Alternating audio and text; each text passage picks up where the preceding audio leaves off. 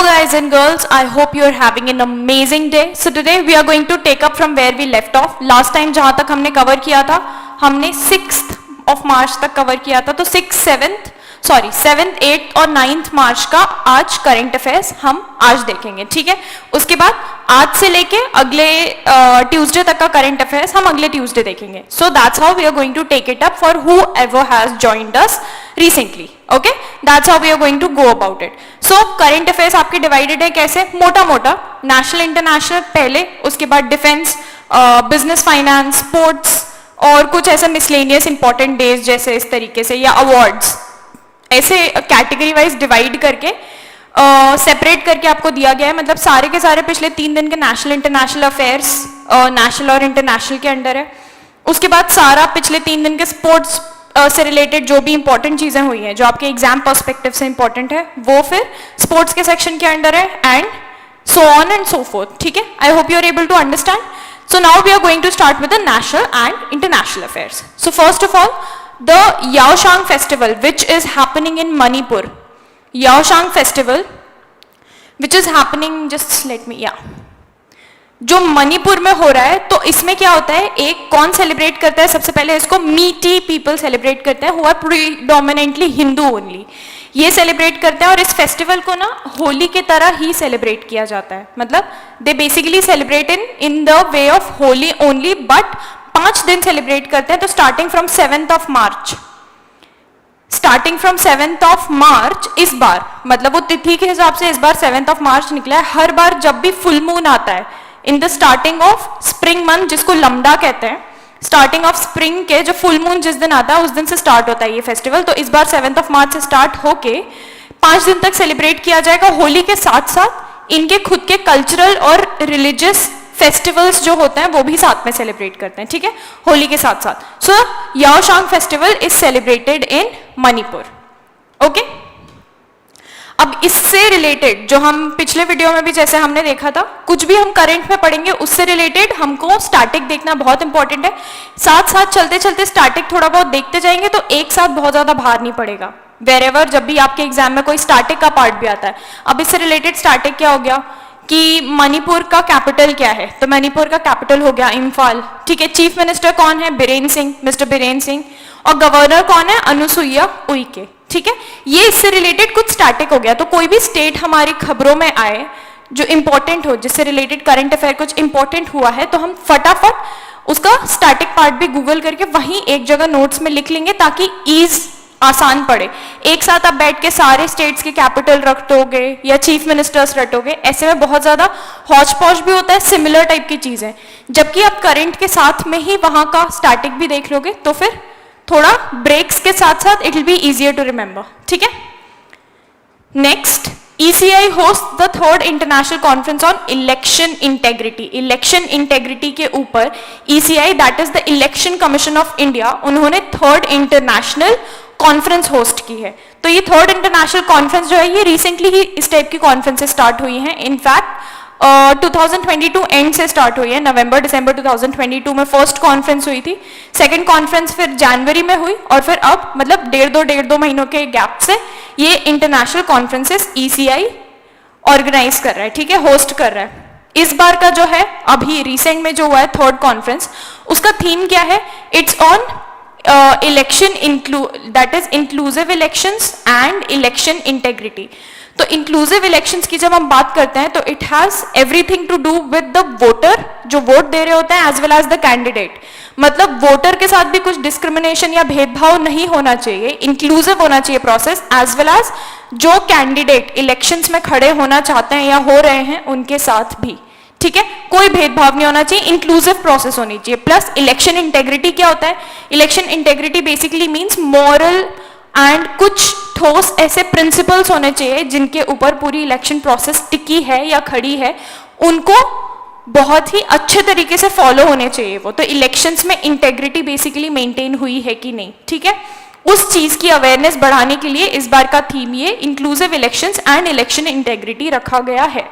Okay, last time जो हुआ था वर्चुअल एक कॉन्फ्रेंस हुई थी दिसंबर 2021 में, उसका था समिट फॉर डेमोक्रेसी, थीम था उसका. उसके बाद फर्स्ट इंटरनेशनल कॉन्फ्रेंस जो इसी टाइप का कॉन्फ्रेंस फर्स्ट हुआ था, ये 3rd नंबर का है, फर्स्ट हुआ था वो अक्टूबर 31 अक्टूबर से 1 नवंबर तक हुआ था 2022 में, फिर जनवरी में हुआ 23 एंड 24 जनवरी 2023 में हुआ, और फिर अब मार्च में हुआ।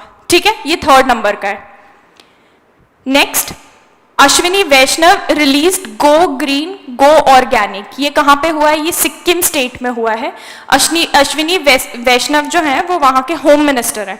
ठीक है, उन्होंने with the department of post के साथ मिलकर गो green go organic cover launch किया है, और ये बहुत इंपॉर्टेंट न्यूज हो जाती है क्योंकि इसी के साथ Sikkim has entered the world book of records, मतलब वर्ल्ड बुक ऑफ रिकॉर्ड्स ने सिक्किम को नवाजा है या बोला है कि it's the first state in the world to have gone completely या फुली ऑर्गेनिक। ठीक है, first state in the entire world, तो बहुत बड़ी न्यूज हो जाती है ये। Sikkim is the first state. ठीक है, उसी के चलते go green go organic cover launch किया है। तो आपसे ये पूछा जा सकता है कि कौन से स्टेट में इस तरीके का इनिशिएटिव लॉन्च किया गया है गो ग्रीन गो ऑर्गेनिक, तो आंसर विल बी सिक्किम। या ये पूछा जा सकता है कि सिक्किम स्टेट में एक इनिशिएटिव लॉन्च किया है डिपार्टमेंट ऑफ पोस्ट के साथ मिलकर, जिसको यूनियन मिनिस्टर ने इनॉग्रेट किया था, इसका नाम क्या है? तो the name is go green go organic. या एक और क्वेश्चन कि किस स्टेट को, इंडिया के किस स्टेट को ऐसा बोला है कि वर्ल्ड बुक ऑफ रिकॉर्ड्स में ऐसा बोला गया है कि it has been recognised as an organic state and the first such organic state of the entire world by world book of records. तो ये कौन सा इंडियन स्टेट है? उसका आंसर भी होगा सिक्किम। तो इस एक पैराग्राफ से, छोटे से पैराग्राफ से 3 या 4 टाइप के क्वेश्चंस बहुत आसानी से आपका एग्जामिनर बना सकता है। ठीक है, जब भी हम इस तरीके से पढ़ रहे होते हैं, it's very very very important to remember and have the perspective कि हम किस एग्जाम के लिए पढ़ रहे हैं, हम एमसीक्यू के लिए पढ़ रहे हैं या सब्जेक्टिव। यहाँ पे ज्यादातर जो एग्जाम्स होते हैं वो एमसीक्यू बेस्ड आते हैं। ठीक है, लॉ एंट्रेंस वगैरह जैसे कि हम बात कर रहे हैं, एमसीक्यू क्वेश्चंस आते हैं उसमें। ठीक है, मल्टीपल चॉइस क्वेश्चंस वाले। तो we need to have that perspective in mind while studying कि अच्छा ठीक है, मैंने एक ही पैराग्राफ पढ़ा तो अब इससे एमसीक्यू पर क्या बन सकता है मेरा। ठीक है, always have that in mind and then study. जैसे कि अभी मैंने एग्जाम्पल दिया, इसी तरीके से आप जो आगे खुद से भी पढ़ोगे उसमें भी ये दिमाग में रखना जरूरी है। Okay, next, Delhi international airport among cleanest in Asia Pacific. अब एशिया पैसिफिक कौन सा रीजन होता है? एशिया पैसिफिक में बेसिकली जो पैसिफिक ओशियन है ना, उसके बॉर्डरिंग जो भी रीजन्स आते हैं, तो उसमें हो गया eastern Asia, south east Asia और ओशिनिया एक रीजन होता है, उसको भी, वो तीनों एशिया पैसिफिक रीजन में आते हैं। तो दिल्ली इंटरनेशनल एयरपोर्ट को बोला गया है it is among the cleanest airports. ठीक है, अब उसके बहुत सारे क्राइटेरियाज होते हैं ये डिक्लेयर किए जाने के। उनमें से कुछ कुछ होते हैं कि आप एयरपोर्ट में घुस रहे हो, कितने आसानी से आप नेविगेट कर पा रहे हो, चेक इन कितने आसानी से कर पा रहे हो, डाइन इन सर्विसेज कितनी अच्छी अवेलेबल है, और एक जगह से दूसरे जगह कितने आसानी से पहुंच पा रहे हो। ये सब पैसेंजर के सर्वे के बेसिस पे सर्वे करते हैं, जिसमें जो पैसेंजर्स होते हैं उनसे क्वेश्चंस पूछे जाते हैं, वो आंसर देते हैं, रेटिंग देते हैं, उसके बेसिस पे फिर रैंकिंग दी जाती है एयरपोर्ट्स को, या डिक्लेयर किया जाता है कि क्लीनेस्ट कौन सा है, लीस्ट क्लीन कौन सा है, ऑल दिस। तो Delhi international airport is amongst the cleanest ones, okay, of the Asia Pacific region. इस चीज में कंफ्यूज मत होना, पूरा पढ़ना बहुत जरूरी होता है। एशिया पैसिफिक रीजन की यहां पे बात हो रही है, और ऐसा किसने बोला है? Airport council international. ओके, किसने बोला है? कुछ 30 परफॉर्मेंस इंडिकेटर्स होते हैं, मतलब 30 ऐसे इंडिकेटर्स या पॉइंट्स होते हैं जिनके बेसिस पे जज किए जाते हैं। उनके एग्जाम्पल मैं आपको दे चुकी हूं कि किस किस तरीके के इंडिकेटर्स होते हैं। ओके, चलो next, no sale of gold jewellery without the HUID from April 2023, मतलब मार्च 31 2023 के बाद HUID, जिसका फुल फॉर्म होता है हॉलमार्क यूनिक आइडेंटिफिकेशन नंबर, ठीक है, HUID नंबर के बिना कोई भी गोल्ड ज्वेलरी या आर्टिफैक्ट नहीं बेचा जाएगा। ये किसने डिक्लेयर किया है? BIS ने, ब्यूरो ऑफ इंडियन स्टैंडर्ड्स ने ऐसा डिक्लेयर किया है या फिर प्रोहिबिट किया है कि अप्रैल से मार्च 31 के बाद से ऐसी कोई भी ज्वेलरी या आर्टिफैक्ट नहीं बेचा जाएगा जिसके ऊपर ये HUID नंबर नहीं होगा हॉलमार्क के साथ साथ। अभी आप कोई भी ज्वेलरी या आर्टिफैक्ट गोल्ड का देखोगे, उसमें हॉलमार्क का ठप्पा लगा होता है, ये दिखाने के लिए कि क्वालिटी ऑफ गोल्ड प्योर है। उसके साथ साथ अब से HUID नंबर भी रहेगा, it is an alpha numeric number, मतलब अल्फाबेट्स भी हैं और नंबर्स भी मिला के एक ऐसा नंबर है 6 डिजिट का, उसका ठप्पा लगेगा, मैन्युअली लगाया जाएगा एक फैसिलिटी में, वो ठप्पा और हर एक ज्वेलरी या हर एक गोल्ड का आर्टिफैक्ट का अपना एक यूनिक नंबर रहेगा, इसलिए इसका नाम यूनिक आइडेंटिफिकेशन नंबर है। जैसे आपका आधार नंबर यूनिक होता है ना, जो आपका आधार नंबर है वो किसी दूसरे का नहीं होगा, ऐसे ही ज्वेलरी के पीसेस पे, गोल्ड के किसी भी पीसेस पे जो वो ठप्पा लगाया जाएगा जिस नंबर का, 6 डिजिट नंबर का, उसका सिर्फ एक ही पीस का वो नंबर रहेगा, वो किसी और के साथ मेल नहीं खाएगा। तो इससे दो चीजें होंगी, एक तो क्वालिटी पता चलने के लिए बहुत आसान रहेगा ये कि प्योर गोल्ड है कि नहीं, ये सब क्योंकि रजिस्टर्ड रहेगा, नंबर भी ज्वेलरी समेत रजिस्टर्ड रहेगा।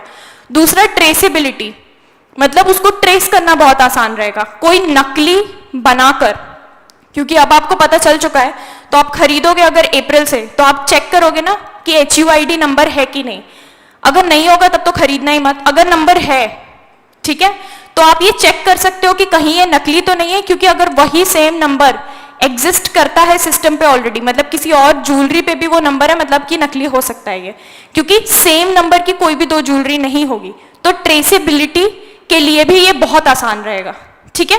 किन्होंने ये प्रोहिबिट किया, ये स्टेप किसने उठाया है? ब्यूरो ऑफ इंडियन स्टैंडर्ड्स ने, BIS,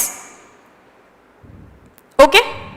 it is a 6 digit alphanumeric code consisting of numbers as well as letters, और ये ठप्पा जो लगाया जाएगा ये मैन्युअली लगाया जाएगा, कहां? असेइंग एंड हॉलमार्किंग सेंटर में, ओके।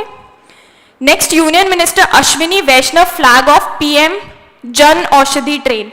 तो जिन्होंने पिछला सेशन अटेंड किया था उनको ऑलरेडी पता होगा कि ये जो जन औषधि है